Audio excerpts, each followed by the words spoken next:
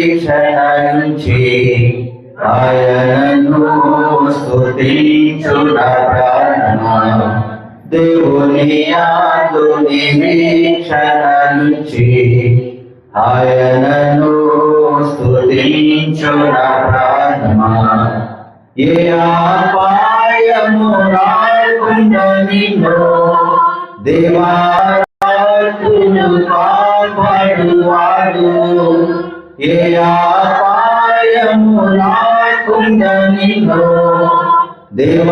దేవారాత్రులు కాపాడువాడు ప్రతి క్షణం నీ రక్షములు రక్షకుడు ప్రతి క్షణం నీ రక్షములు రక్షకుడు దేవుని యందు నిరీక్షణించి ఆయనను స్తుతించుట ప్రాణమా చీకటిని వెలుగుగా చేసి ఆయనని ముందు పోవువాడు చీకటిని వెలుగుగా చేసి ఆయనని ముందు పోవువాడు సత్యమగు శివమగు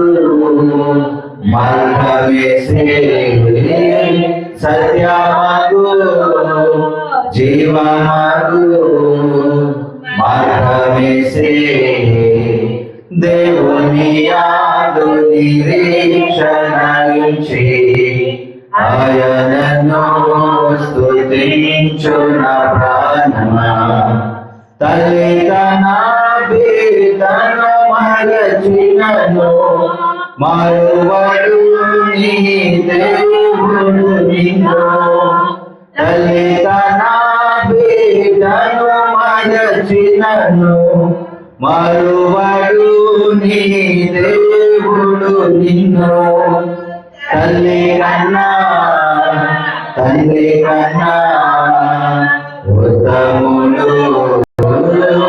తల్లి కన్నా తండ్రి కన్నా ఉత్తముడు దేవుని యందు నిరీక్షణించి ఆయనను స్తుతించుట ప్రాణమా నీకు సహాయము చేయువాడు సదాను వాడు ఆయనే నీకు సహాయము చేయువాడు సదాను వాడు ఆయనే ఆధారము ఆధారణ ఆయనలో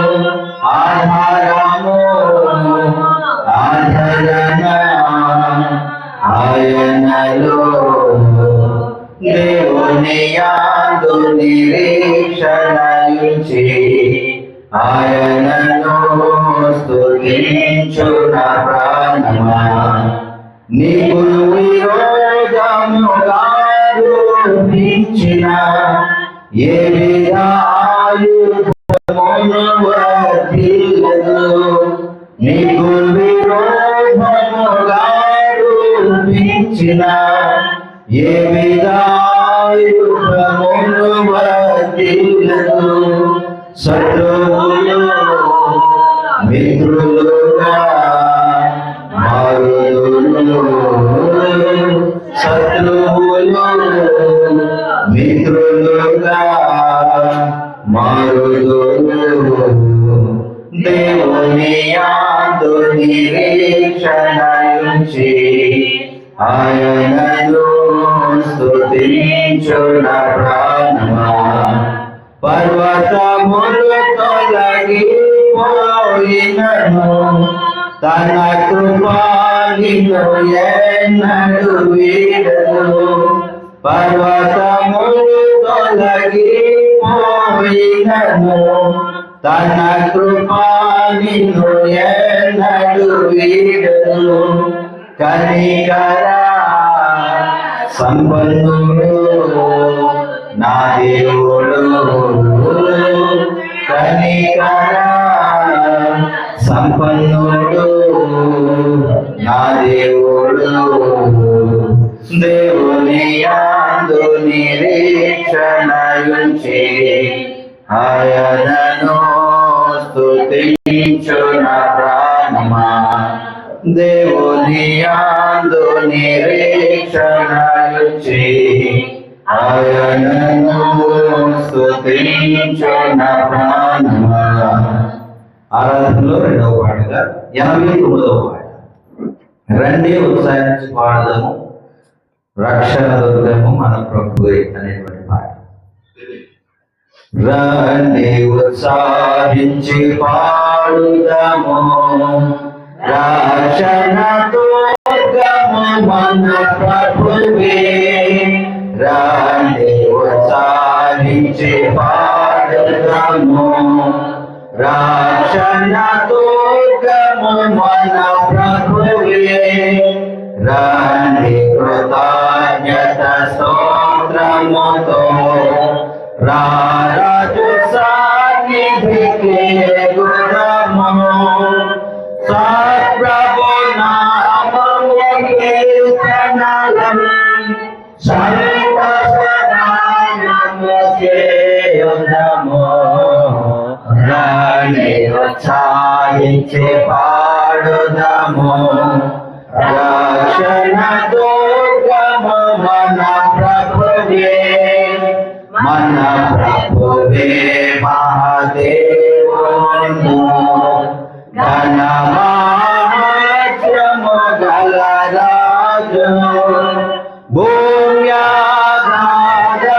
లోయలను భూధర శిఖరములాయనవే.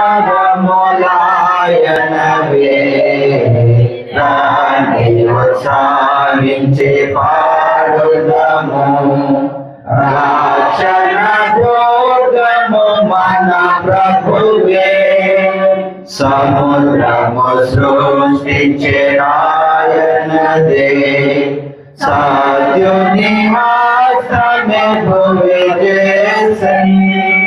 ఆయన దైవ పాలితులా ఆయన మేడిగోడెలము.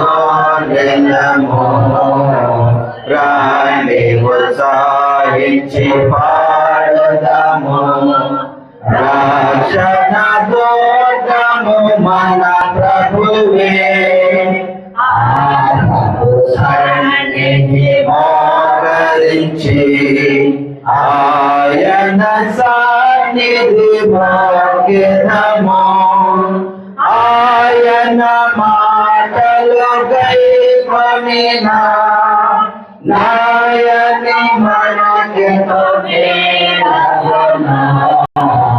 రండి ఉత్సాహించి పాడుదము రక్షణ దుర్గము మన ప్రభువే.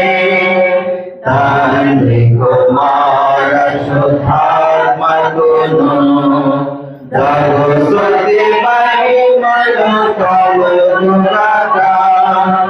ఆదిని ఎప్పుడు నెల్లప్పుడు నైనట్లు యుగములనవును ఆమేన్. రండి ఉత్సాహించి పాడుదము రక్షణ దుర్గము మన ప్రభువే. ఆరాధనలో మూడవ పాటగా 135వ పాట. ఏ రీతి స్తుతించునో ఏ రీతి సేవించునో అనేటువంటి. ఏ రీతి స్తుతింతునో ఏ రీతి సేవింతునో నేరములంచని వాడా నాదు నజరేయుడా. తీరము దాటిన వాడా నాదు గలలీయుడా. నా ప్రాణనాథుని నీదు ప్రాణమిచ్చితివి నేను నీ వాడను యేసువా నా ప్రాణనాథుడా నీదు ప్రాణమిచ్చితివి నేను నీ వాడను యేసువా ఏ రీతి స్తుతింతునో ఏ రీతి సేవింతునో నేరములెంచని వాడను నాదు గలనీయుడా తీరము దాటిన వాడను నాదు గలనీయుడా వెదకి నన్ను ఇలా చేరితివి వెంబడించగా పిలిచితివి వెదకి నన్ను ఇలా చేరితివి వెంబడించగా పిలిచితివి రోత బ్రతుకును మార్చితివి దైవ సుతునిగా చేసితివి రోత బ్రతుకును మార్చితివి దైవ సుతునిగా చేసితివి నా ప్రాణనాథుడా నీదు ప్రాణమిచ్చితివి నేను నీ వాడను యేసువా నా ప్రాణనాథుడా నీదు ప్రాణమిచ్చితివి నేను నీ వాడను యేసువా ఏ రీతి స్తుతింతునో ఏ రీతి సేవింతునో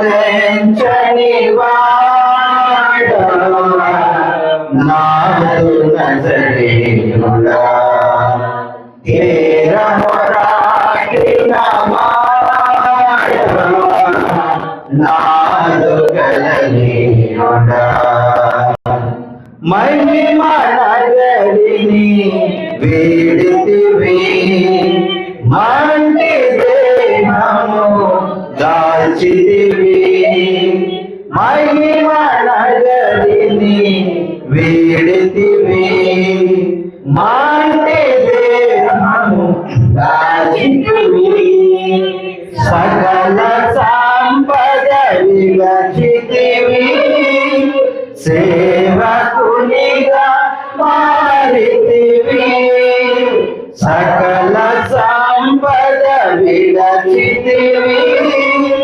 సేవకునిగా మారితివి నా ప్రాణనాథుడా నీదు ప్రాణమిచ్చితివి నేను నీ వాడను యేసువా నా ప్రాణనాథుడా నీదు ప్రాణమిచ్చితివి నేను నీ వాడను యేసువా ఏ రీతి స్తుతింతునో ఏ రీతి సేవింతునో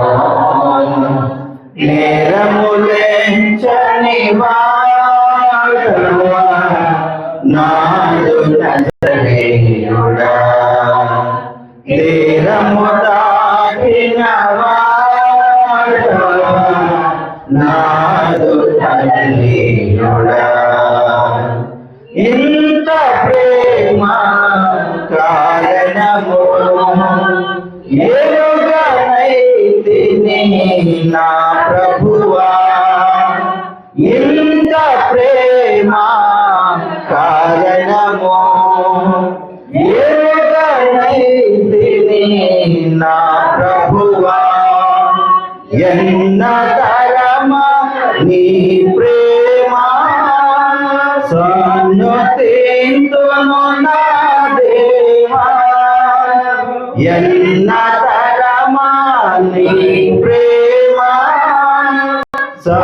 సన్నుతింతును నా దేవా నా ప్రాణనాథుడా నీదు ప్రాణమిచ్చితివి నేను నీ వాడను యేసువా నా ప్రాణనాథుండ నీదు ప్రాణమిచ్చితివి నేను నీ వాడను యేసువా ఏ రీతి స్తుతింతునో ఏ రీతి సేవింతునో నేరములెంచని వాడా నాదు నజరేయుడా తీరము దాటిన వాడా నాదు గలనీయుడా. అందరము లేచి నిలబడినట్లయితే చివరి పాటగా పరిశుద్ధ పాటలో కొనసాగుతాం. సంఘ పెద్దలు సుబ్బారావు గారు వచ్చి పాటలోను అనంతరం ప్రార్థనలోను వర్షిస్తాం.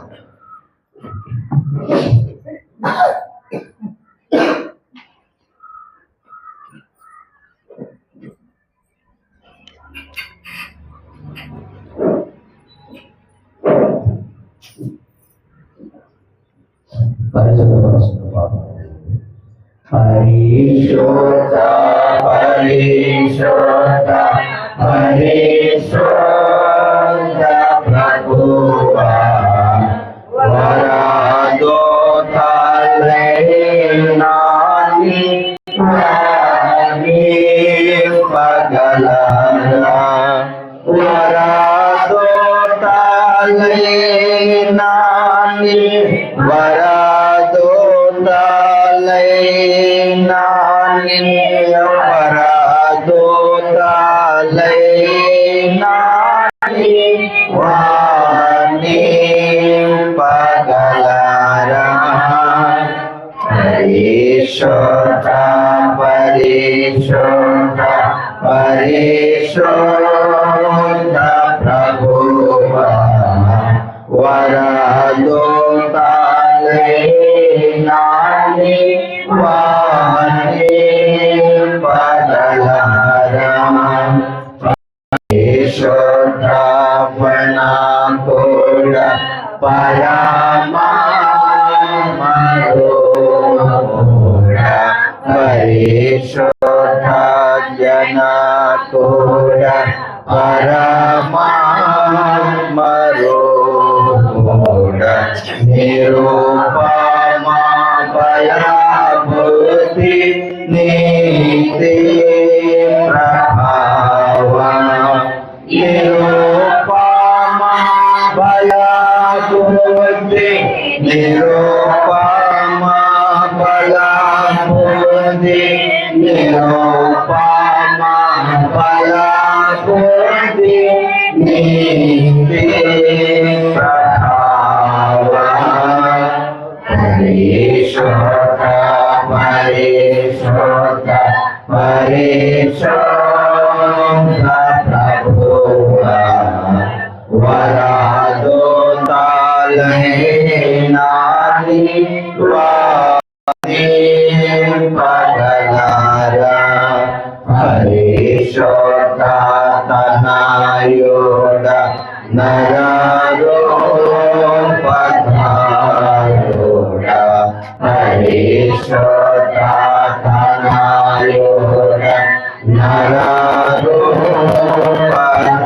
నరరూపధారుడ నరులను రక్షించు కరుణా సముద్ర నరులను రక్షించు నరులను రక్షించు నరులను రక్షించు కరుణా సముద్ర పరిశోధ పరిశోధ పరిశోధ ప్రభువా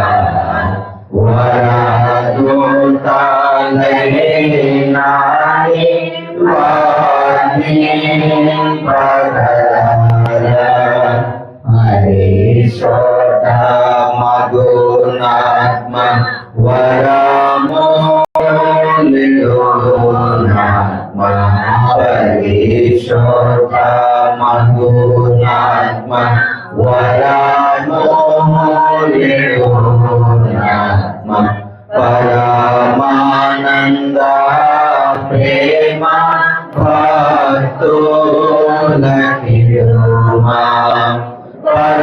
పరమానంద ప్రేమ పరమానంద ప్రేమ పరమానంద ప్రేమ భక్తులకిరుమా పరిశోధ పరిశోధ పరిశోధ ప్రభువా వరదోతాలైనాని వాణి పదనారా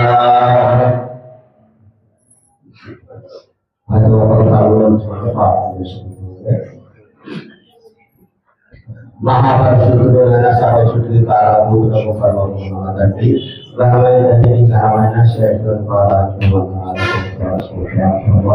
నాయన గడిచిన వారం వరకు మీ వారి సజీవ లెక్కలను భద్రపరిచి ఈ ఉదయకాల సమయాన్ని గొప్ప భాగం దయచేసిందని మీకు లేఖలేదు వందనాలు సూత్రాలు ప్రభావ. నాయన సిద్ధంగా కూడా మొదలుపెట్టుకున్నాం ప్రభు మా ఖర్చులు మాకు ఆరాధించిన ఆకాశమందు నాయన మీరు నా ప్రభావ భూమి మీద మేము నాయన నా కరుణ చెప్పిన ఆకాశం నుండి నాయన మీరు పరిశీలించిన తండ్రి ఈ భూమి నాయన ప్రజలంతగా ప్రభావ నాయన మరి నీకు ఇష్టమైన జీవిత ప్రభావ మీ యొక్క నిత్య రాజ్యంలో మేము ఆశీర్వాదం ప్రభావ. మరి భూమి మీద నాయన మీ యొక్క ఇష్టాన్ని నెరవేర్చకుండా మా సొంత ఇష్టాన్ని నెరవేర్చుకుంటే నిత్య పురోగతి మీ యొక్క లేఖనం చెబుతుంది ప్రభావ. ప్రతి విషయంలో తండ్రి నాయన అందరూనైనా మరి ఒకరికొకరు నాయన భూమి మీద కూర్చుని మీ భయము భక్తిగా జీవించుకోవడం ప్రభు. తండ్రి నాయన వాళ్ళు ఎవరికైనా జ్ఞానం పడకుండా జ్ఞానం దయచేయండి ప్రభావ. ఆరోగ్యం పడకుండా ఆరోగ్యం దయచేయండి ప్రభావ. ఆలోచన పడకుండా ఆలోచన దయచేయండి ప్రభావ. ప్రతిదినైనా వారికి ఇష్టమైన ఆలోచనకి ఇష్టమైన కళకు మరి అందరూ దయచేయమని ప్రభు. ప్రతిదైనా మాలో ఎవరికైనా ఎంతమైన ఆలోచన ఎంతమైన తీసివేయండి. మీ యొక్క ప్రేమ సమాధానం దయచేసి ప్రజలంతగా ప్రభావ మేమందరూ ఇలా ప్రోత్సహించి గొప్ప ప్రభు దయచేయమని ప్రభావ. సమాధానం దయచేసి గ్రామంలో అనేక మంది బిడ్డలైనా పట్టుకున్నారు ప్రభుత్వం పట్టుకుని మహారాష్ట్ర కాకున్నారు ప్రభావ. నాన్న మరి మీకు ఇష్టమైతే ప్రభావ ప్రభుత్వం ద్వారా మీ యొక్క సహాయ సహకారాలు అందించి ప్రతి ఒక్కరైనా మీ సహాయ సహకారాలు దయచేయమని ప్రభావ. అలాగే మా గ్రామంలో వివాహాల కోసం తండ్రి యవన తండ్రి స్త్రీల్లో కానీ పురుషుల్లో కానీ ప్రభావ ఇద్దరు చూస్తుంటే ప్రభావ నాయన మీకు ఇష్టమైనైనా ఆ కూడా మంచి వ్యవహారాలు అందించగల ఈ సహాయ సహకారం దయచేయమని ప్రభావ. అలాగే మా గ్రామంలో అనేక చదువుకున్న తండ్రి మరిన్ని ఉద్యోగాల్లో తన ఉద్యోగాల కోసం ప్రభావ ఎదురు చూస్తుంటే ప్రభావ ఆయన వారికి మీకు ఇష్టమైతే ప్రభావ ఆ బిడ్డల జీవనాన్ని ప్రభావించి ఉద్యోగం కూడా సహాయం చేయమని ప్రభావ. అలాగే తండ్రి మా గ్రామాన్ని విడిచిపెట్టిన అనేక గ్రామాల్లో ఆయన చదువుతున్నారు ప్రభావ. ఆ విధంగా ఏమైతే సర్వాలు ఆలోచనగా ఉన్నారు ప్రభావ. ఆయన వారి మీకు ఇష్టమైతే ప్రభావ ఆ విధంగా కూడా జ్ఞానం చేయకుండా మీ సహాయ సహకారం ప్రభావ. ఆయన అనేక గ్రామంలో చూసిన మా గ్రామంలో చదువుకున్నారు ఆ విధంగా మీ యొక్క కూడా మరి ఎవరైనా చదువుకుంటారు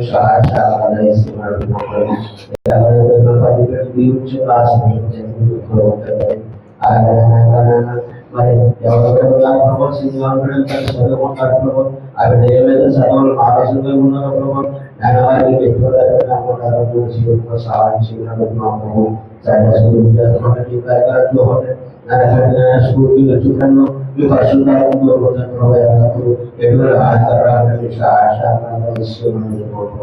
అలాగే మా గ్రామంలో ప్రతి కుటుంబం మీ కార్యక్రమంలో సమాధానం కలిసింది. నేను వారి మనుషులు వారి మనుషులు దయచేసి ప్రభావ. రక్షణ దయచేసి ప్రభావ.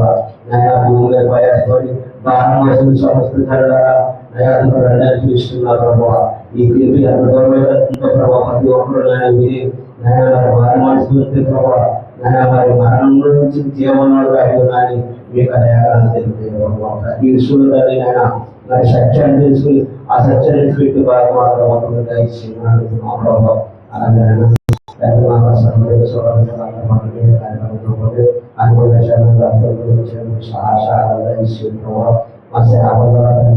మా సేవలు ఆత్మీయమాసము మా గ్రామానికి మా సంఘానికి మీరే మాట్లాడాలి ప్రభావ మాకు అందరికీ వెలుగచ్చు గ్రహించవచ్చు అర్థం చేసుకుని అడుగుతున్నాం ప్రభావ మా కోసం తీసివేసి మీ ప్రేమ సమాధానం కలిసి మేము అందరైనా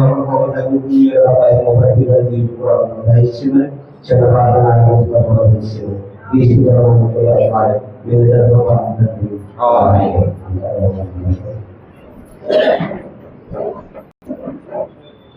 చక్కని రీతిగా పాటలను ప్రార్థనలను అందరూ నడిపించినటువంటి ప్రియ సహోదరులు సహోదరులు సుబ్బారావు గారికి మా ప్రత్యేకమైన వందనాలు తెలియజేస్తూ ఉన్నారు.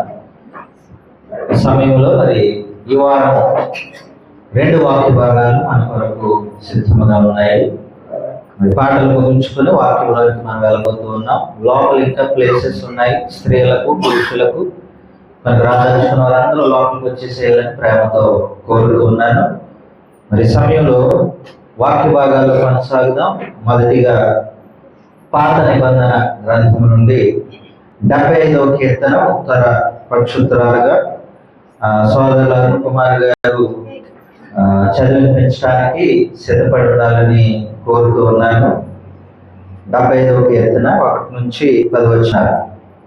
అలాగే కొత్త నిబంధన గ్రంథం నుండి తిమోతికి రాసిన మొదటి పత్రిక 1వ అధ్యాయము 8వ వచనం నుండి 14వ వచనం వరకు ప్రియ సహోదరులు ఆది శ్రీనివాస్ గారు సిద్ధపడి ఉంటారు. తిమోతికి రాసిన మొదటి పత్రిక 1వ అధ్యాయము 8వ వచనం నుండి 14వ వచనం వరకు. మొదటి వాక్య భాగంలో కొనసాగుదాం. సోదరులు అరుణ్ కుమార్ గారు వచ్చి మనలను నడిపిస్తారు.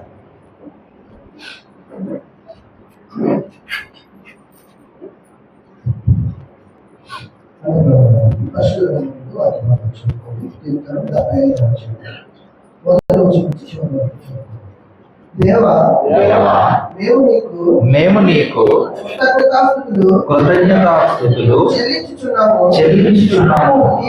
నీవు సమీపముగా ఉన్నావని కృతజ్ఞతాస్తుతులు చెల్లించుచున్నాము.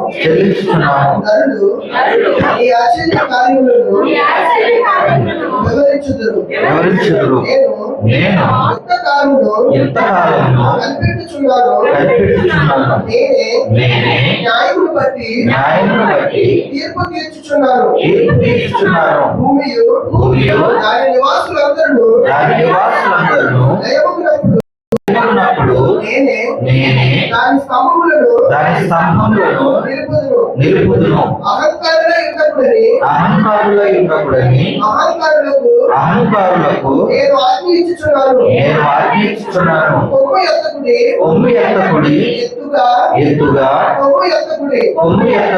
పొగరు పట్టిన మాటలాడకుడి అని భక్తిహీనులకు నేను ఆజ్ఞ ఇచ్చుచున్నాను. తూర్పు నుండి అయినను పడమటి నుండి అయినను అరణ్యము నుండి అయినను తెచ్చుకొనగదు. దేవుడే తీర్పు తీర్చువాడు. ఆయన ఒకని తగ్గించును, ఒకని హెచ్చించును. యెహోవా చేతిలో ఒక పాత్ర ఉన్నది. అందులోని ద్రాక్షరసము పొంగుచున్నది. అది సంభారముతో నిండి ఉన్నది. ఆయన దానిలోనిది పోయిచున్నాడు. భూమి మీదనున్న భక్తిహీనులందరూ మట్టితో కూడా దాన్ని పీల్చి మృంగివేయవలెను. నేనైతే నిత్యము ఆయన ఆయన స్తుతిని ప్రచురం చేయుదును. స్తుతిని ప్రచురం చేయుదును. యాకోబు దేవుని నేను నిత్యము కీర్తించెదను. నిజము కీర్తించెదను. భక్తిహీనుల కొమ్ములన్నిటిని నేను విరగొట్టెదను. నీతిమంతుల కొమ్ములు హెచ్చింపబడును. వందనాలు. రెండవ వాక్య భాగం తిమోతికి రాసిన మొదటి పత్రిక 1వ అధ్యాయం 8వ వచనం నుండి 14వ వచనం వరకు.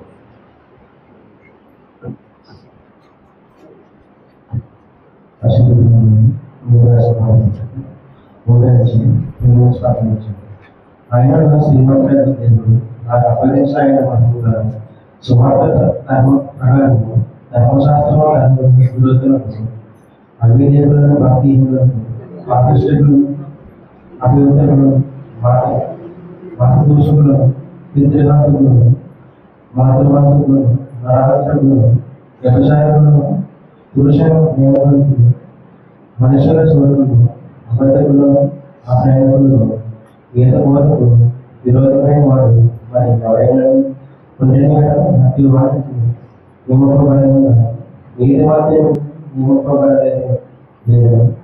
ఎవరైనా ఎదురైన ధర్మపూర్వంగా దాన్ని ప్రయత్నించిన ధర్మశాస్త్రము వైరాగ్యాన్ని పని ఎదుగుతాము. పూర్వము దూసుకుడు హింసకుడు తదుపరిగా నన్ను తన పరిచయాలకు నియమించి నమ్మకమైన దానికి చెంచినందుకు నన్ను బలపరిచిన మా ప్రభుత్వం కృతజ్ఞతపై ఉన్నారు. తెలియక అవిశ్వాసం వల్ల శేషిస్తుంది కనుక కనికరపడలేదు. మరియు మన ప్రభు యొక్క విశ్వాసం లేదు అత్యంతంగా విస్తరించింది.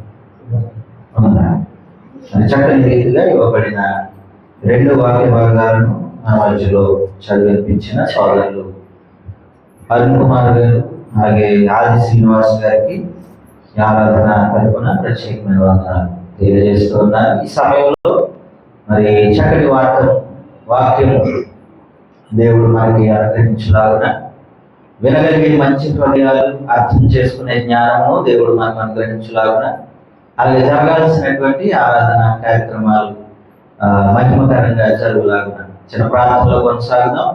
ప్రియ సహోదరులు మరి నేలపాటి కృష్ణమూర్తి గారు వచ్చి మనలను ప్రార్థనలో నడిపించాలని ప్రేమతో వారిని కోరుతున్నారు.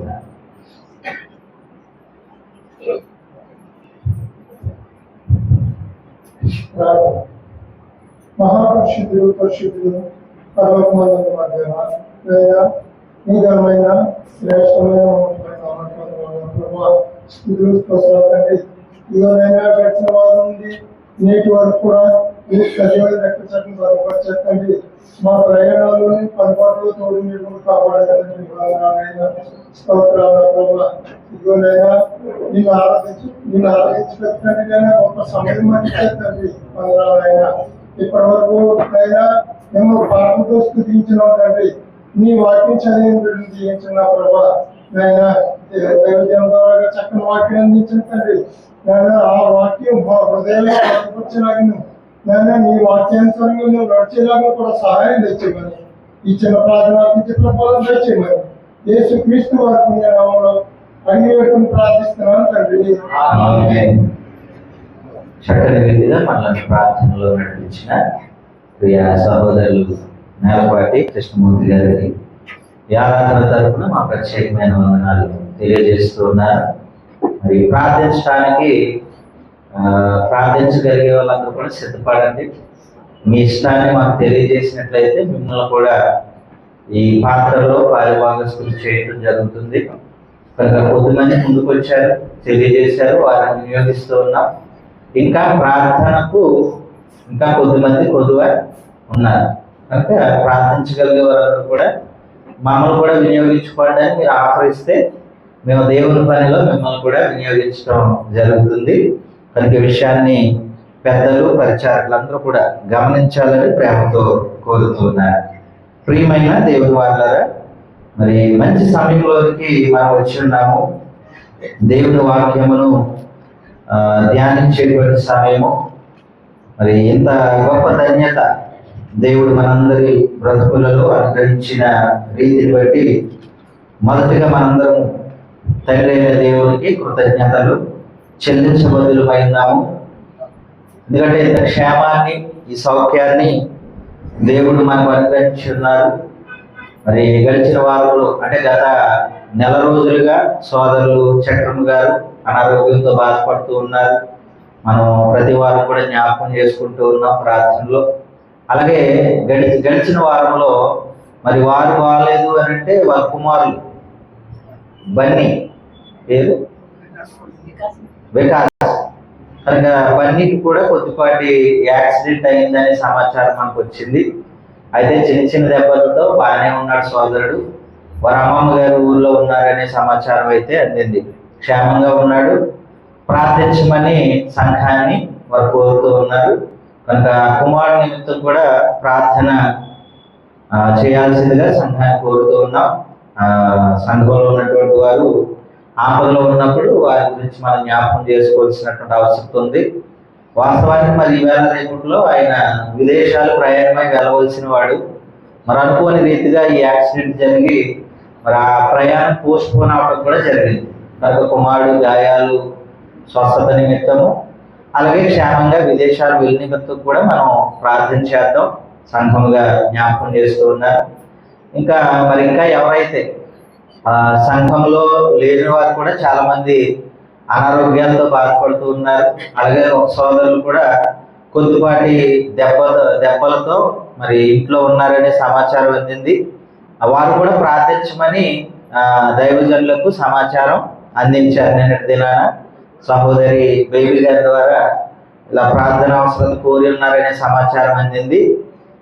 కనుక వారి పేర్లు కొంతమందికి ఇష్టం అవుతుంది, కొంతమందికి ఇష్టం అవుతుంది, అందుకే నేను చెప్పట్లేదు. వీలైతే ఈ రోజు వెళ్ళి సంఘ పెద్దలు నేను అందుబాటులో లేదు, చాలాసార్లు ఫోన్ చేశాను, కానీ వీలైతే ఈ రోజు వెళ్ళి ఆ సోదరుల ఇంటి అంటే మరి సంఘానికి రారు కానీ ప్రార్థన అవసరం కోరి ఉన్నారు, వెళ్ళి ప్రార్థించి వచ్చే ప్రయత్నం చేద్దాము. కనుక ఇలాగా గ్రామంలో కానీ సంఘంలో కానీ ఎవరైనా బాగాలేనప్పుడు మీకు తెలిసినప్పుడు తప్పనిసరిగా సమాచారం అందించండి. సంఘముగా మనం ప్రార్థనలో జ్ఞాపకం చేసుకుందాం. అంతేనా? ఇంకెవరైనా? ఓకే, చాలా వందనాలు. మరి దేవుడు ఇంత మంచి సమయాన్ని మనకి ఇచ్చినందుకు దేవునికి కృతజ్ఞతలు. అంటే ఎందుకు ఇవన్నీ జ్ఞాపకం చేసుకున్నామంటే వారం గడిచేసరికి ఎవరికి ఏం జరుగుతుందో కూడా తెలియనటువంటి పరిస్థితి.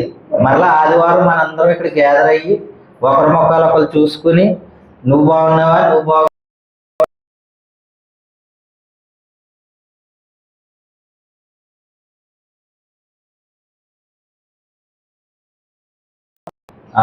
కనుక దేవుని కృప మనకి ఎంతో అవసరమై ఉన్నది ఇలాంటి సమయాల్లో.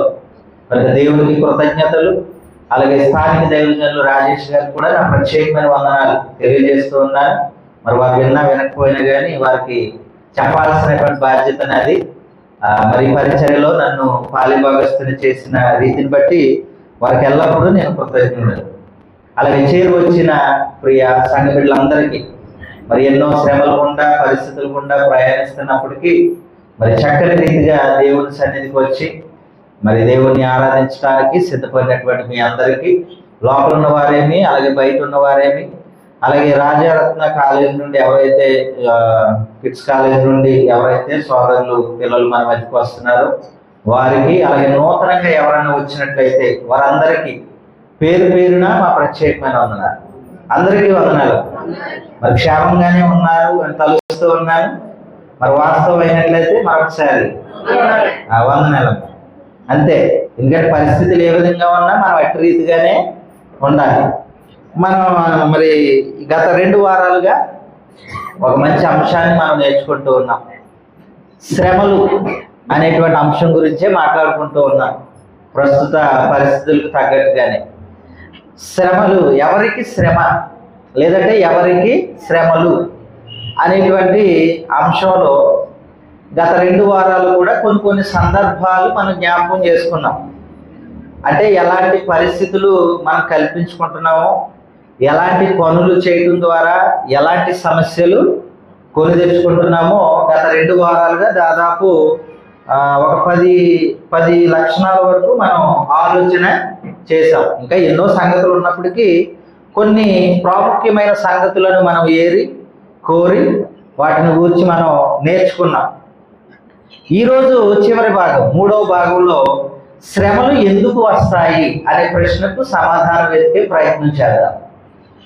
గత 2 వారాలు మనం నేర్చుకున్నవి శ్రమలు కలిగించేటువంటి సందర్భాలు, ఏ పరిస్థితుల్లో ఎలాంటి శ్రమలు వస్తున్నాయనే సందర్భాలను మనం జ్ఞాపకం చేసుకున్నాం. అయితే ఈరోజు అసలు ఈ శ్రమలు రావడానికి గల కారణాలు ఏంటో వెతికేటువంటి ప్రయత్నం చేద్దాం. మన ఆత్మీయ జీవితాలు పట్టుకునే ప్రయాణంలో మనం ఉన్నాం కనుక ఇందులో ముందుకు సాగుదాం.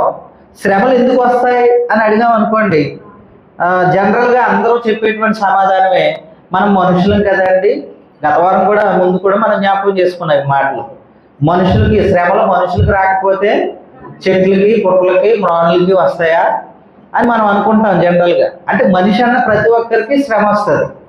అలాగే ఈ శరీరంతో ఉన్నంత కాలము మనం ఏం చేస్తున్నామట, మూలుగుచున్నాం. అంటే ఈ శరీరాన్ని విడిచిపెట్టనంత వరకు కూడా మన జీవితంలో ఏముంటుంది, ఖచ్చితంగా శ్రమ అనేది.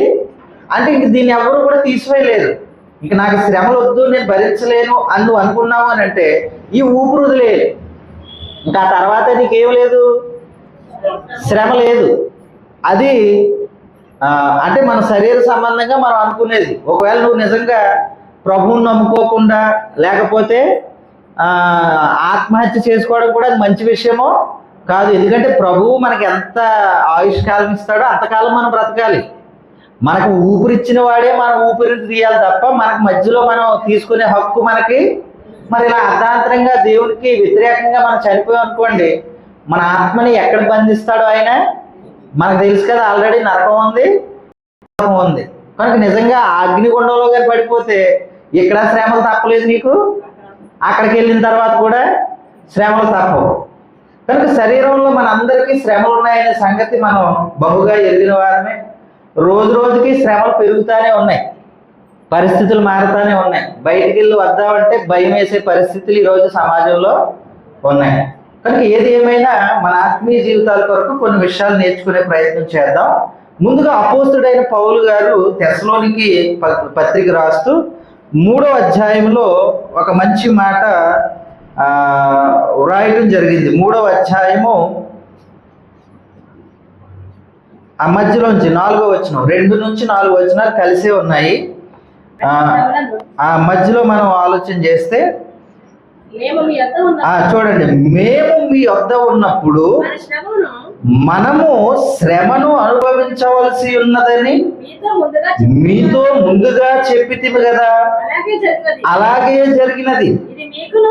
ఇది మీకును తెలియను. అట్టి శ్రమలను అనుభవించుటకు మనము నియమింపబడిన వారమని మీరు ఎరుగుదురు. ఇక్కడ తెస్సలోనికలో ఉన్నటువంటి వారు అంటే ఎవరికి వాళ్ళు? తెస్సలోనిక మొత్తం గ్రామంలో ఉన్నవారు లేకపోతే పట్టణంలో ఉన్నవారు అందరికీ ఆయన తెలియజేయట్లేదు. కానీ తెస్సలోనికలో ప్రత్యేకింపబడిన వారు ఉన్నారు. ఎవరు వారు? సంఘము. ఈరోజు మన అగ్రహారంలో సంఘముగా మనం ఎలాగైతే ప్రత్యేకింపబడ్డామో తెస్సలోనిక గ్రామంలో పట్టణంలో కూడా సంఘముగా వారు ఏర్పాటు చేయబడ్డారు. ఆ సంఘముతో మాట్లాడుతూ ఒక విషయాన్ని గుర్తు చేస్తున్నాడు. ఒకటి, శరీర సంబంధంగా మనుషులుగా ఉన్న ప్రతి ఒక్కరికి శ్రమలు ఉంటాయి. అంత మాత్రమే కాదు, మనం దేవునిలో ఉన్నవారము, దేవుని కొరకు బ్రతుకుచున్న వారము కనుక మనకు మరీ ఎక్కువగా ఉండే అవకాశాలు ఉంటాయనే విషయాన్ని ముందుగానే జ్ఞాపకం చేస్తున్నాడు. అందుకే నేను మీ మధ్యలో ఉన్నప్పుడు ఏం చెప్పాను మీకు అని అంటే, మనము శ్రమలు అనుభవించవలసి ఉన్నదని మేము చెప్పాం కదా మీకు. అలాగే జరుగుతుంది, జరిగింది అనే విషయాన్ని పౌలు గారు జ్ఞాపకం చేస్తున్నాడు. అంటే పౌలు గారు ఆల్రెడీ తెస్సలోని పట్టణం వెళ్ళడం, అక్కడ ఉన్నటువంటి పరిస్థితులన్నీ, శ్రమలన్నీ అనుభవించటం, మరలా తిరిగి వెళ్ళిపోవడం, మరలా వాళ్ళకి ఇవన్నీ జ్ఞాపకం చేస్తూ ఉత్తరం రాస్తూ ఉన్నాడు. కనుక మేము వచ్చినప్పుడు మీకు చెప్పాం కదా మనం శ్రమలు అనుభవించాలని, అలాగే జరుగుతుంది అనే విషయాన్ని అక్కడ జ్ఞాపకం చేస్తూ ఇంకొక మాట అన్నాడు, అట్టి శ్రమలు అనుభవించుటకు మనము నియమింపబడిన వారమని మీరు ఎరుగుదురు. అంటే మనం అట్టి శ్రమలు అనుభవించడానికి నియమింపబడ్డామట. అంటే కొన్ని కారణాలు ఉన్నాయి. మన శ్రమలు అనుభవించడానికి కూడా ఏమున్నాయి, కొన్ని కారణాలు ఉన్నాయి. కనుక మనిషి అన్న ప్రతి ఒక్కడు ఏదో కారణం చేత శ్రమ అనేది అనుభవించాలి. క్రైస్తవులంగా లేదంటే దేవుని బిడ్డలంగా ఉన్నప్పుడు మరీ ఎక్కువగా ఆ శ్రమలు అనుభవించే పరిస్థితులు ఉన్నాయనే విషయాన్ని జ్ఞాపకం చేస్తున్నాడు. మరి అలాగని దేవుడే మమ్మల్ని శ్రమ పెడుతున్నాడు అని అనొచ్చా? దేవుళ్ళలోకి వచ్చాక మాకు శ్రమలు ఎక్కువైపోయాయి కదండి, జనరల్గా అనుకునే మాటే కదా ఇది. ఎవరైనా సరే కొంచెం శ్రమ వచ్చేసరికి ఎవరైనా వచ్చి ఏమంటారంటే, బాధలో ఉన్న వాళ్ళు ఓదార్చడం మానేసి చిన్న చిన్న విత్తనాలు వేస్తుంటారు. ఎందుకమ్మా నువ్వు, నేను గమనించాడురా, నువ్వు ఆ చర్చికి వెళ్ళటం మొదలెట్టావు, దేవుణ్ణి నమ్మటం మొదలెట్టావు, అప్పటి నుంచే నీ జీవితంలో ఏమి ఎక్కువైపోయినాయి, శ్రమలు ఎక్కువైపోయినాయి. నీకు గుర్తుందా, మీ నాన్నకి ఎలా జరిగింది, మీ అత్తకి ఎలా జరిగింది, ఈలోపు మీ పిన్నికి ఎలా జరిగింది, ఇవన్నీ చెప్పుకొచ్చేస్తుంటారు. ఎందుకు? మనల్ని బలహీనపరిచే ప్రయత్నాలు జరుగుతాయి, మనల్ని వెనక్కి లాగే ప్రయత్నాలు జరుగుతాయి. కనుక ఇవన్నీ ముందుగానే జ్ఞాపకం చేస్తున్నాడు అపోస్తలుడైన పౌలు గారు. మరి బాబు, మనం దేవుల్లో ఉన్నవారం కనుక మనుషులందరికంటే ఎక్కువైన శ్రమలు మనం అనుభవించే పరిస్థితులు వస్తాయి. కనుక మనందరం ఎలా ఉండాలి? ఎలర్ట్గా ఉండాలి, చాలా అవేర్నెస్ కలిగి ఉండాలి. అందుకే ఏదైనా శ్రమలు వచ్చినప్పుడు మరి దేవుడు నన్ను శోధిస్తున్నాడు అని అనొచ్చా? ఆ మాట కూడా చదివేసి కారణాల్లోకి వెళ్ళిపోతాం. ఒక మాట చదువుదాం చూడండి, యాకోబు పత్రిక 1వ అధ్యాయము 13వ వచనం చదువుదాం. యాకోబు పత్రిక 1వ అధ్యాయం 13వ వచనంలో యాకోబు గారు రాస్తూ, దేవుడు కీడు విషయమై శోధింపబడనేరడు, ఆయన ఎవరిని శోధింపడు గనుక ఎవడైనను శోధింపబడినప్పుడు నేను దేవుని చేత శోధింపబడుచున్నానని అనకూడదు. చాలే. కనుక క్లారిటీ ఇచ్చేసాడు యాకోబు భక్తుడు. పౌలు గారేమో ఆల్రెడీ మనం ఇటు కొరకు సిద్ధంగా ఉండాలని మనం ప్రిపేర్ చేస్తే, ఆ యాకోబు గారు ఒకవేళ మీరు మిస్అండర్స్టాండింగ్ చేసుకొని అంటే చేసుకుంటాం కదా, జనరల్గా బాగున్నంత సేపు బాగానే ఉంటాం, కానీ హ్యాపీగా చిన్న కష్టం వచ్చేసరికి మొట్టమొదటిగా మనం నిందించేది ఎవరిని? దేవుణ్ణే కదమ్మా. మా ఇద్దరు దేవుడు, లేకపోతే ఇంకో దేవుడు, లేకపోతే దేవుడు అన్యాయం చేశాడు, దేవుడు నాకే ఇలా చేయాలా, ఇంకెంతమంది లేరా గ్రామంలో, నేనే దొరికానా, ఇలాగా రకరకాలుగా నింద ఎవరి మీద వేసే ప్రయత్నం చేస్తామంటే దేవుని మీద వేసే ప్రయత్నం చేస్తాం ఆ శ్రమ రావడానికి, అవి వచ్చినప్పుడు. కానీ ఇక్కడ అంటున్నాడు, దేవుడు ఎప్పుడు కూడా ఎవరిని శోధించడు. మరి శోధించినప్పుడు దేవుడు శోధిస్తున్నాడని మనం అనొచ్చు అన్నాడు, అనకూడదు అన్నాడు? అనకూడదు. అంటే గొప్పలు ఎప్పుడైనా సరే అలవాట్లో పొరపాటుగా కూడా మన నోటి వెంట ఏ మాట రాకూడదు, దేవుడు నాకు ఇంత అన్యాయం చేశాడని కానీ, దేవుడు నన్ను ఇంత హింస పెడుతున్నాడని కానీ, దేవుడు నన్ను ఇంత శ్రమల పాలు చేశాడనే మాట మన నోటి వెంట రాకూడదు. మరి కారణాలు ఎందుకు వచ్చి ఉంటాయి? శ్రమలు వచ్చుంటే కారణాలు ఉన్నాయి. ఎందుకు వస్తాయి శ్రమలు అని అంటే కారణాలు లేకపోలేదు. కొన్ని కారణాలు మన ఆత్మీయ జీవితాలు పట్టుకునే ఈ ప్రయత్నంలో కొన్ని కారణాలు మనం చూద్దాం. అందుకే శ్రమలు అనేవి ఖచ్చితంగా వస్తాయి. ఆ వచ్చినప్పుడు మా దేవుడే మాకు కలగజేశాడనే భావన మనకి ఎప్పుడు రానియకూడదు. ఇందులో మొదటి కారణం ఏంటి? మరి శ్రమలు ఎందుకు వస్తాయి అన్నాడు. మొదటి కారణంలోకి వెళ్దాం. మొదటి కారణం ఏంటంటే ఆ కింద వచ్చినవే చదివేద్దాం. 14-15 వచనాలు. యాకోబు పత్రిక 1వ అధ్యాయం 14-15 వచనాలు చదువుదాం. చూడండి, ప్రతి వాడును తన స్వకీయమైన దురాశ చేత ఏడవబడి మరులు కొల్పబడిన వాడై శోధింపబడును. దురాశ గర్భము ధరించి పాపమును కనగా, పాపము పరిపక్వమై మరణమును కన్ను. చూడండి, యాకోబు గారే ఆయన అనుభవాల నుండో లేకపోతే పరిశుద్ధాత్మ శక్తిని బట్టో ఈ మంచి మాటలు రాయించాడు. ఆ పై వచనాల్లోనేమో దేవుడు శోధింపడు, కనుక ఎవరైనా శ్రమ పడినప్పుడు దేవుడు నన్ను శోధిస్తున్నాడనే మాట అనకూడదు అని క్లారిటీ ఇచ్చేసి, మరి ఇంతకీ శ్రమలు ఎందుకు వస్తాయి అని అంటే ఒక కారణం చెప్తున్నాడు అక్కడ. ఏంటట ఆ కారణం చెప్పండి అమ్మా. మొదటి కారణం ఏంటి? దురాశల వలన. ఇంతకీ ఏంటా దురాశ? ఎవరు దురాశది? స్వకీయ దురాశ. ఆ మాట అండర్లైన్ చేయండి. శ్రమలు ఎందుకు వస్తాయంటే మొట్టమొదటి కారణం, చాలా విరివిగా వాడబడే కారణం, అంతే కదా. ఈరోజు మనం తెచ్చుకునే శ్రమలన్నీ కూడా ఎవరు తీసుకొచ్చిన శ్రమలు మనకు అవి?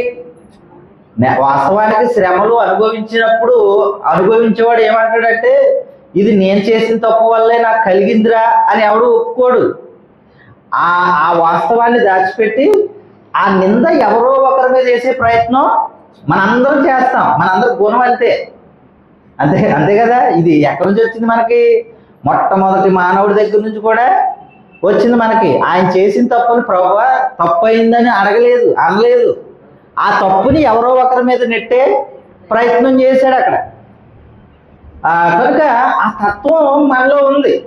కనుక ఇప్పుడు ఏదైనా శ్రమ వచ్చినప్పుడు ముందుగా మనం ఆలోచన చేయాల్సింది, ఈ శ్రమ నాకు ఎందుకు వచ్చింది అని ప్రశ్న వేసుకుంటే సమాధానం ఎవరి దగ్గర ఉంది? నీ దగ్గరే ఉంది. ఒక్క క్షణం ఆలోచన చేస్తే సమాధానం మన దగ్గరే ఉంది. కనుక చాలా క్లారిటీగా చెప్పేశాడు ఆయన. ఏటట మాట, ప్రతివాడును తన స్వకీయమైన దురాశ చేత ఏడ్వబడి మరులు కొల్పబడిన వాడై శోధింపబడును, శ్రమలు పొందుతాడు. స్వకీయమైన దురాశ అంటే ఇప్పుడు శ్రమలు ఎందుకు వస్తున్నాయి అని అంటే దానికి కారణం ఎవరు? మనమే కారణం. చాలా కారణాలు. ఇప్పుడు గత 2 వారాలు కూడా దాదాపు 10 సందర్భాలు మనం మాట్లాడుకున్నాం. దాదాపు 10 సందర్భాలు మనం జ్ఞాపకం చేసుకున్నాం. అవన్నీ కూడా ఆ సందర్భాలు అలా జరగడానికి గల కారణం ఎవరు? మనమే. ఇప్పుడు తల్లిదండ్రులు పిల్లలకి ఎవరే బాబు ఇది చెయ్యొద్దు అని ఏదైనా చెప్పారనుకోండి, ఎందుకు చెప్తారు అని అంటే ఆ పని చేస్తే జరిగే శ్రమ నష్టం వాళ్ళకి తెలుసు కాబట్టి ముందుగానే ఇది నువ్వు అనుభవించకూడదు అనే ఉద్దేశంతో నీకు చెప్తారు. నువ్వు చెప్పేది ఏముందిలే, నువ్వు వద్దన్నా సరే నేను చేస్తాను అని పిల్లలు చేశారనుకోండి, దానివల్ల వచ్చే నష్టమైనా కష్టమైనా ఎవరు అనుభవించాలి? అప్పుడు ఏమంటాడు తండ్రి, ఒరే నేను ముందుగానే చెప్పాను కదా అనుభవించు. చిన్నపిల్లలు అనుకోండి పాపం వాళ్ళని పట్టుకుని ఎల్లు ఏడుస్తారు. పెద్దోళ్ళు అయిపోయిన కూడా తర్వాత ఇంకా అలాంటి పరిస్థితి ఉండదు కదా. ఒరే నీకు ముందుగానే చెప్పాను, నువ్వు నా మాట వినలేదు కాబట్టి అనుభవించు, అంతేనా? ఇప్పుడు దేవుడు కూడా మనుషులు ఎలా బ్రతకాలో ఎలా ఉండాలో చెప్పే ప్రయత్నం ఆయన చేశాడు. కొన్ని ఆజ్ఞలు అయితే ఇచ్చాడు. కానీ ఇప్పుడు ఆజ్ఞలు మీరటం ద్వారా మనం ఏం చేస్తున్నాం? శ్రమను అంటే కావాలని శ్రమను కొని తెచ్చుకుంటున్నాం. మరి గతంలో చూసుకున్నాం కదా, మద్యానికి దూరంగా ఉండమనేది ఎవరి ఉద్దేశం? ఈ మద్యం తాగడం వల్ల నీ కుటుంబాలు నాశనం అవుతాయిరా, నీ పరిస్థితి ఇలా ఉంటుందని చెప్పి ఎవరు చెప్పారు? మన క్షేమం కొరకు దేవుడు రాయించాడు. లేదు ప్రభువా నువ్వు అలాగే చెప్తావు, నీకేం తెలుసు అందులో ఉన్న రుచి? ఆ రుచి గురించి నీకేం తెలుసు ప్రభువా?